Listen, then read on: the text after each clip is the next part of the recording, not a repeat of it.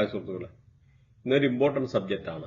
നമുക്കെല്ലാവർക്കും അറിയാം ഇപ്പോഴത്തെ ഒരു സിറ്റുവേഷൻ നമ്മുടെ വാറുമായിട്ട് ബന്ധപ്പെട്ടത്. കഴിഞ്ഞ മാസത്തെ വീഡിയോയ്ക്കകത്തും വ്യാഴത്തിന്റെ വീഡിയോയ്ക്കകത്തും ശുക്രന്റെ വീഡിയോയ്ക്കകത്തും ഒക്കെ ഞാൻ പറഞ്ഞിട്ടുണ്ട് ഒരു എക്കണോമിക് ക്രൈസിസ് ഉണ്ടാകുമെന്ന്. അതുമാത്രമല്ല ഈ അടുത്ത വീഡിയോയ്ക്കകത്ത് പറഞ്ഞിട്ടുണ്ട് ഫൈനാൻഷ്യലായിട്ടുള്ള പല പ്രശ്നങ്ങൾ വരുന്നത് കൂടാതെ ഒരു പുതിയ വൈറസ് 2027 ഏകദേശം ഓഗസ്റ്റോടുകൂടി വരുന്നതായിട്ട് വീഡിയോ ചെയ്ത് അതിനകത്ത് വിത്ത് ഓരോ കാര്യങ്ങൾ പറഞ്ഞിട്ടുണ്ട്, ഡേറ്റ് ഉൾപ്പെടെ ഉണ്ട്. അപ്പം ഇതെല്ലാം ഒരു പ്ലാനറ്ററി അലൈൻമെന്റ് ആണെന്ന് മനസ്സിലാക്കുക. ഞാനൊരു മാന്ത്രികനല്ല, ഇതൊരു സയൻസ് ആണ്. ഇപ്പോഴും പറയുന്ന there is a chance of atomic energy presence in the earth. ഭൂമിയിൽ ഒരു ആറ്റോമിക് എനർജിയുടെ ഒരു സാധ്യത ഉണ്ട്. ഈ ഒരു പ്രത്യേകിച്ച് ഈ 3-4 ഡേറ്റുകളൊക്കെ വളരെ ഇമ്പോർട്ടന്റ് ആണ്. അതായത് ഇന്നെന്ന് പറയുന്ന ഒരു ഡേറ്റ്. അപ്പൊ ഈ ഒരു ഇതിനകത്ത് നമുക്ക് പ്ലാനറ്ററി അലൈൻമെന്റ് നോക്കിക്കഴിഞ്ഞാൽ മെർക്കുറി, ബുധൻ അവിടെ നിൽക്കുന്നുണ്ട്. ബുധനും ശുക്രനുമായിട്ട് അലൈൻ ചെയ്ത് നിൽക്കുക. ഏകദേശം 28.07 ഡിഗ്രിയാണ്. അപ്പൊ 28.07 ഡിഗ്രിയിൽ അലൈൻ ചെയ്ത് നിൽക്കുന്നു. ഇത് കൂടാതെ നമുക്ക് പല ഗ്രഹങ്ങളും വക്രത്തിൽ പോകുന്നുണ്ട്.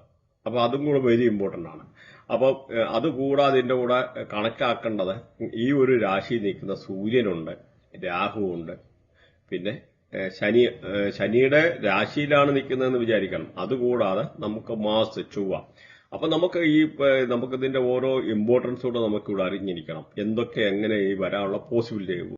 ഞാൻ എന്തുകൊണ്ട് ഇങ്ങനെ പറയുന്നു, ഒരു ആറ്റോമിക് പ്രസൻസ്, ഒരു ആറ്റോമിക് എനർജിയുടെ പ്രസൻസ് ഭൂമിയിൽ ഉണ്ടാകാൻ ഒരു സാധ്യതയുണ്ടെന്ന് പറഞ്ഞാൽ അത് ചില കാര്യങ്ങളുടെ അടിസ്ഥാനത്തിലാണ്. അപ്പൊ നിങ്ങൾ ചിലപ്പോൾ ഇത് പറഞ്ഞു കഴിഞ്ഞാൽ വിശ്വസിക്കത്തില്ല, ഇങ്ങനൊരു സംഭവം ഇല്ല, അല്ലെ അസ്ട്രോളജി റോങ് ആണെന്ന്. ഒരു സയൻസ് ഒരിക്കലും റോങ് അല്ല, ആദ്യം മനസ്സിലാക്കുക. കാരണം ഇതൊക്കെ എന്ന് പറഞ്ഞാൽ ഈ നാസയൊക്കെ വന്നിട്ട് വെറും കുറച്ച് വർഷം, 10-200 വർഷത്തെ താഴെയായിട്ടുള്ള ഹിസ്റ്ററി. അപ്പൊ അതിനും 10,000 വർഷം മുമ്പ് ഓരോ ഗ്രഹങ്ങൾ ഇവിടെ ഉണ്ടെന്നും അതിൽ നിന്നുള്ള ഡിസ്റ്റൻസും ഓരോ അതിന്റെ പ്ലാനറ്ററി പൊസിഷനും എത്ര കിലോമീറ്റർ, എത്ര പ്രകാശവർഷം, എല്ലാ കാര്യങ്ങളും ഒത്തിരി ഡീപ്പായിട്ട് അനലൈസ് ചെയ്തിട്ട് പറഞ്ഞതും അതിനു മുമ്പത്തെ അങ്ങനെ ഒരുപാട് ഹിസ്റ്ററി ഉണ്ട്. അതുകൊട്ടെ അപ്പൊ നമുക്കിത് പ്രെഡിക്റ്റ് ചെയ്യാൻ നോർമലി പറ്റുന്നതാണ് മുണ്ടൈൻ അസ്ട്രോളജി എന്ന് പറഞ്ഞ സംഭവമാണ്. മുണ്ടൈൻ അസ്ട്രോളജി എന്ന് പറഞ്ഞാൽ നമുക്ക് നമ്മുടെ ഇതിന്റെയുള്ള കാലാവസ്ഥ, അല്ലെ ഭൂമി കുലുക്കങ്ങള്, അല്ലെന്നൊരു ഈ പ്രകൃതി ദുരന്തങ്ങള്, അങ്ങനെ കൊടുങ്കാറ്റുകള്, എർത്ത്, സുനാമി, അപ്പൊ അങ്ങനെയൊക്കെ ഉള്ള കാര്യങ്ങളെ നോർമലി പ്രെഡിക്റ്റ് ചെയ്യുന്നത്. അപ്പൊ പ്രെഡിക്റ്റ് ചെയ്യുന്നതിന്റെ കാരണം എന്ന് പറഞ്ഞാൽ മെയിൻ എന്ന് പറഞ്ഞാൽ നമുക്ക് അതിനകത്ത് 2-3 പ്ലാനറ്റുകളിലൂടെ നമുക്ക് കൺസിഡർ ചെയ്യണം. മെയിൻ നമുക്ക് അവിടെ നോക്കുമ്പോൾ യുറാനസ്, നെപ്റ്റ്യൂൺ, പ്ലൂട്ടോ, ഈ 3 ഗ്രഹങ്ങളെ കൂടെ കൺസിഡർ ചെയ്യേണ്ടതായിട്ട് വരും. അപ്പൊ പക്ഷതൊരില് നമ്മൾ നമ്മുടെ ഈ മനുഷ്യനുമായിട്ട് കാര്യങ്ങളൊക്കെ പ്രവചിക്കുന്ന സമയത്ത്, അല്ലെ ഈ മനുഷ്യനുമായിട്ട് ബന്ധപ്പെട്ട മോഡേൺ അസ്ട്രോളജിയിൽ നമ്മൾ ഈ ഒരു ഗ്രഹങ്ങളെ സാധാരണ കൺസിഡർ ചെയ്യാറില്ല. അത് കാരണം എന്ന് പറഞ്ഞാൽ ഇപ്പൊ യുറാനസിന്റെ, നെപ്റ്റ്യൂണിന്റെ ഓരോന്ന് പറഞ്ഞാൽ പലതിന്റെ, അല്ലെ പ്ലൂട്ടോയുടെ ഒക്കെ നോക്കിക്കഴിഞ്ഞാൽ 7 ഇയേഴ്സ്, അല്ലെങ്കിൽ 14 ഇയേഴ്സ്, 21 ഇയേഴ്സ് ഒരു രാശി മാത്രം കറങ്ങുന്നത്. അപ്പൊ അതിന്റെ ആ ഡിഗ്രിയുടെ അലൈൻമെന്റിന്റെ ഒക്കെ ഉള്ള നാച്ചുറൽ കലാമിറ്റി, അങ്ങനെ കുറെ കണക്ടിവിറ്റി ഉണ്ട്. പിന്നെ രാഹു, കേതുക്കൾ, നോർത്തിനോട്, സൗത്തിനോട്, അങ്ങനെയൊക്കെ കുറച്ച് അലൈൻമെന്റ് ഒക്കെ ഉണ്ട്. ഇതെല്ലാം കൂടെ പറഞ്ഞു കഴിഞ്ഞാൽ നിങ്ങൾക്ക് കൺഫ്യൂഷൻ ആവും. അറിഞ്ഞിരിക്കുക, അത്രയേ ഉള്ളൂ. അപ്പൊ ഇവിടെ ചില ഗ്രഹങ്ങളുടെ കൺട്രോൾ പോകുന്ന, പ്രത്യേകിച്ച് ജൂപ്പിറ്റർ, വ്യാഴം എന്ന് പറയുന്ന ഗ്രഹം റിട്രോഗ്രേഷൻ, വക്രത്തിലാണ്. അതേപോലെ ബുധൻ, ഇങ്ങനെയൊക്കെ ഉള്ള ചില ഗ്രഹങ്ങളെ കൂടെ നമ്മളിവിടെ കൺസിഡർ ചെയ്യണം. അപ്പൊ ഇതിനകത്ത് നോക്കുമ്പോൾ ഈ ഒരു നോക്കിക്കഴിഞ്ഞാൽ ഭൂമിയുമായിട്ട് ഏറ്റവും അടുത്ത് നിൽക്കുന്ന ഒരു ഗ്രഹമാണ് ഈ പറയുന്ന വീനസ്, ശുക്രൻ എന്ന് പറഞ്ഞാൽ.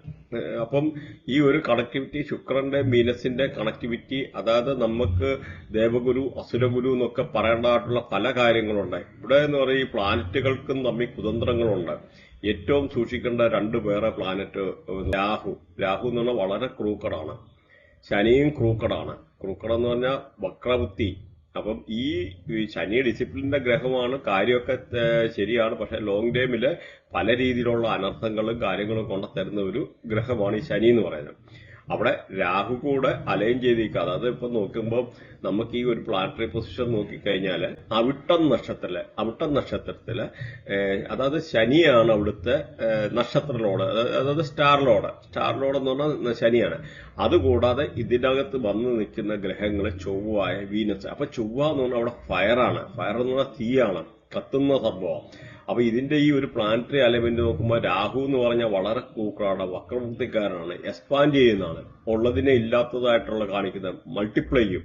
പിന്നെ സൂര്യന്റെ പ്രസൻസ്. അപ്പൊ ഇത്രയും ഗ്രഹങ്ങള് ഒന്നിച്ചു വന്ന് നിൽക്കും. അതായത് ശനിയുടെ രാശിയിൽ വന്ന് ഈ പറയുന്ന മെർക്കുറി, ബുധന്, അതേപോലെ വീനസ്, ശുക്രന്, അതുപോലെ സൂര്യൻ 22.29 ഡിഗ്രിയിലാണ് നിൽക്കുന്നത്. അതുപോലെ രാഹു നിൽക്കുന്നു 14.57 ഡിഗ്രി.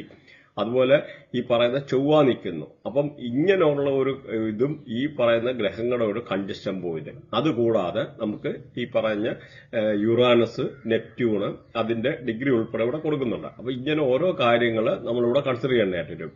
അപ്പൊ ഇങ്ങനത്തെ ഉള്ള ഒരു പ്ലാനറ്ററി പൊസിഷനിലെ ഒരു അലൈൻമെന്റ് വന്നു കഴിഞ്ഞാൽ, പ്രത്യേകിച്ച് ഈ പറയുന്നത് ഈ അവിട്ടം നക്ഷത്രം. അപ്പൊ ഈ അവിട്ടം നക്ഷത്രത്തില് ഇങ്ങനത്തെ ഒരു പ്ലാനറ്ററി പൊസിഷൻ ഈ കുംഭൻ രാശിയില് അലൈൻ ചെയ്യുക. അപ്പൊ ഇങ്ങനെ വരുന്ന ഒരു സമയത്ത് there is chance of radio activity.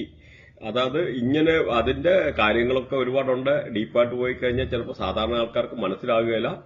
എന്നാലും ചില കാര്യങ്ങൾ മാത്രം പറഞ്ഞു പോവാം. അപ്പൊ ഈ പ്രത്യേകിച്ച് ഈ 3-ാം തീയതി വൈകിട്ട് 4-ാം തീയതി അങ്ങനെയൊക്കെ ഉള്ള ചില ഡേറ്റുകൾ, അല്ല 5, 6, പ്രത്യേകിച്ച് സൂര്യൻ അത് കഴിഞ്ഞ് കഴിഞ്ഞാൽ മാറുന്നുണ്ട്. അത് കഴിയുമ്പോൾ കാര്യങ്ങൾ കുറെ അനുകൂലമാവും. പക്ഷെ ഇവിടെ ഒരു പ്രശ്നം എന്ന് പറഞ്ഞാൽ നമ്മുടെ ഭൂമിയെല്ലാം കൺട്രോൾ ചെയ്യുന്നതും ഈ പ്രകൃതിയെ മറ്റ് ഗ്രഹങ്ങളെല്ലാം കൺട്രോൾ ചെയ്യുന്ന ഒരു ഗ്രഹമുണ്ട്, ജൂപ്പിറ്റർ. അതായത് വ്യാഴം എന്ന് പറയുന്നത്. ഇപ്പൊ പക്ഷെ ഈ വ്യാഴം വക്രത്തിലാണ്. അപ്പം അവിടെ ഡെസിഷൻ മേക്കിങ്ങിന്, വ്യാഴത്തിന് ഡെസിഷൻ മേക്കിംഗ് പ്രോപ്പറായിട്ട് ചെയ്യാൻ പറ്റുന്നില്ല.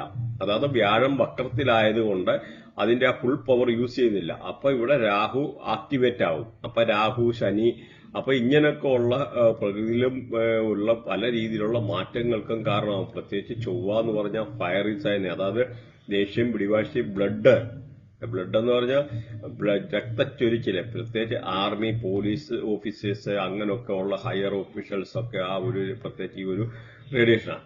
അപ്പൊ ഇങ്ങനെ പല കാര്യങ്ങളും ഇവിടെ പറയണ്ട. ഈ ഒരു കോമ്പിനേഷൻ വന്നു കഴിയുമ്പം രാഹുവിന്റെ ആയിട്ടുള്ള പവർ അവിടെ കാണിക്കുന്നത്. അപ്പം എന്താ ഈ മൾട്ടിപ്ലൈ ചെയ്യുക. അപ്പൊ എന്താണ് ചാൻസ് ഓഫ് അറ്റോമിക് എനർജി എന്ന് പറയാന് ഇത് തന്നെയല്ല ശനിയുടെ ആയിട്ടുള്ള കോമ്പിനേഷൻ, ഈ പറയുന്ന രാഹുവിന്റെ ആയിട്ടുള്ള കോമ്പിനേഷൻ, അതുപോലെ ഈ പറയുന്ന ചൊവ്വയുടെ കോമ്പിനേഷൻ, ശുക്രന്റെ കോമ്പിനേഷൻ. ശുക്രനും ഈ പറയുന്ന വ്യാഴം എന്ന് പറഞ്ഞാൽ ഒരു ദേവഗുരു, അസുരഗുരു, അങ്ങനെ ഒത്തിരി കൺസെപ്റ്റ് ഉണ്ട്. അപ്പൊ ഇതൊക്കെ എല്ലാം നിങ്ങൾക്ക് കൺഫ്യൂഷൻ ആവും. എന്നാലും ബേസിക് ആയിട്ടുള്ള കുറച്ച് കാര്യങ്ങൾ അറിഞ്ഞിരിക്കുക. പിന്നെ ഇവിടെ നിങ്ങൾ ഒന്ന് മനസ്സിലാക്കേണ്ടത് അസ്ട്രോളജി ഈസ് എ പ്രോബബിലിറ്റി. സംഭവിക്കാൻ സാധ്യതയുണ്ട്. 100% സംഭവിക്കണമെന്നില്ല. പക്ഷെ there is a chance of possibility. ഇതെന്ന് പറഞ്ഞാൽ ഒരു കണക്കിന് നോക്കിക്കഴിഞ്ഞാൽ ഈ ഇറാന്റെ ഒക്കെ മേളില് കൊണ്ടൊരു അമേരിക്ക എങ്ങാനും അവരുടെ ന്യൂക്ലിയർ വെപ്പൺ ഇരിക്കുന്നിടത്ത് കൊണ്ട് ഒരു ആറ്റം ബോംബ് ഇട്ടാലും മതി, ഒരു കാര്യത്തിന് തീരുമാനമാകും. അപ്പൊ നമ്മൾ ഒന്നും വരാതിരിക്കട്ടെ എന്ന് മനസ്സിലാക്കുക, അങ്ങനെ പ്രാർത്ഥിക്കുക. നമുക്ക് അതേ പറ്റുള്ളൂ. നമ്മൾക്ക് സാധാരണ മനുഷ്യരാണ്. പ്ലാനറ്ററി പൊസിഷൻ കൊണ്ട് മാറ്റം വരുന്ന ഈ ഭൂമിയിൽ ഒരുപാട് മാറ്റങ്ങൾ വരും. കാരണം കഴിഞ്ഞ എന്റെ വീഡിയോയിൽ തന്നെ, ശനിയുടെ വീഡിയോയിൽ പറഞ്ഞിട്ടുണ്ടായിരുന്നു, കപ്പലിന് തീ പിടിക്കുന്നതും എണ്ണ ഈ കടലിൽ കലങ്ങുന്നതായിട്ടുള്ള പല കാര്യങ്ങളും ശനിയുടെ വീഡിയോ നിങ്ങൾ അടിച്ചു നോക്കിയാൽ മതി. അപ്പൊ ഇതൊക്കെ ചില പ്ലാനറ്ററി പൊസിഷന്റെ ആയിട്ടുള്ള കണക്ടിവിറ്റിയാണ്. അപ്പൊ ഇങ്ങനത്തെ ആ ഒരു കോമ്പിനേഷൻ വരുമ്പോൾ പല രീതിയിലുള്ള പ്രശ്നങ്ങൾ അത് തന്നെ. അതുപോലെ ഈ ഓഗസ്റ്റ് 4 ആകുമ്പോഴത്തെ ഫൈനാൻഷ്യൽ ക്രൈസിസ് നമുക്ക് സ്റ്റാർട്ട് ചെയ്യുമെന്ന് പറഞ്ഞാൽ അതിന്റെ ഒരു തുടക്കമാണ്. അടുത്ത വർഷത്തോട് വളരെ 27-28 ഇയേഴ്സ് ഒക്കെ ആകുമ്പോഴത്തേന് അത് വളരെ അതിന്റെ മൂർച്ഛന്യാവസ്ഥയിലെത്തും. പക്ഷെ ഇതൊരു സ്റ്റാർട്ടിംഗ് ആണ്. ഇപ്പൊ തന്നെ ക്രൂഡ് ഓയിലിന്റെ കാര്യമൊക്കെ പറഞ്ഞു കഴിഞ്ഞാലും ഇപ്പൊ അറിയാമല്ലോ, ഒരുപാട് കപ്പലുകളൊക്കെ എന്ന് പറഞ്ഞാൽ ഹോർമുസ് കടലിടുക്കി കെട്ടിക്കിടക്കുക.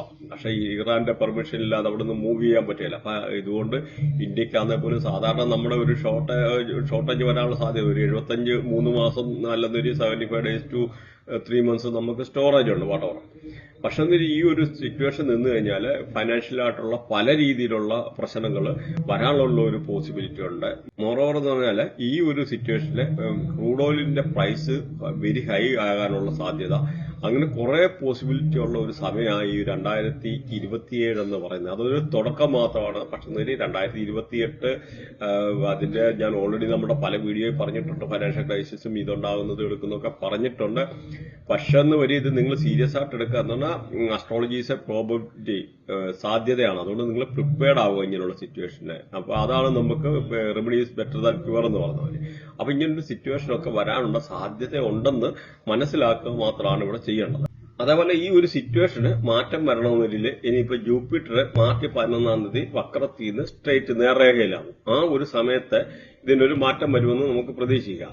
ഈ ഒരു സബ്ജക്റ്റിനെ പറ്റി പറഞ്ഞു കഴിഞ്ഞാൽ മുണ്ടൻ അസ്ട്രോളജി ഞാൻ അത്ര പ്രാക്ടീസ് ചെയ്തിട്ടില്ല. പക്ഷെ അതിൽ ഈ പ്ലാനറ്ററി പൊസിഷനും കാര്യങ്ങളൊക്കെ അങ്ങനെയൊക്കെ കാര്യങ്ങളെല്ലാം അറിയാം. പക്ഷെ നിലയിൽ പൊസിഷനെ ബാക്കി കാര്യങ്ങളെല്ലാം പക്ഷെ നമുക്ക് എന്താണെന്ന് പറയാമോ, നമുക്ക് എല്ലാം കൂടെ ഒരേ സമയത്ത് നമുക്ക് ചെയ്യാൻ പറ്റത്തില്ല, എല്ലാം കൂടെ പ്രാക്ടീസ് ചെയ്യാൻ പറ്റത്തില്ല.